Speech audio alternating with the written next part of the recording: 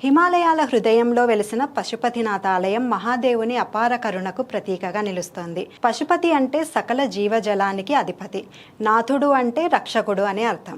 అందుకే శివుడిని పశుపతినాథుడు అంటారు. పురాణ గాథల ప్రకారం పాండవులు యుద్ధ పాపాల నివారణ కోసం శివుణ్ణి వెతికినప్పుడు శివుడు వారికి ప్రత్యక్షం కాకుండా ఎద్దు రూపంలో దాక్కున్నాడు. శివుడిని పట్టుకోవడానికి భీముడు ప్రయత్నించినప్పుడు శివుని దివ్యశక్తి భాగాలుగా విభజించబడింది.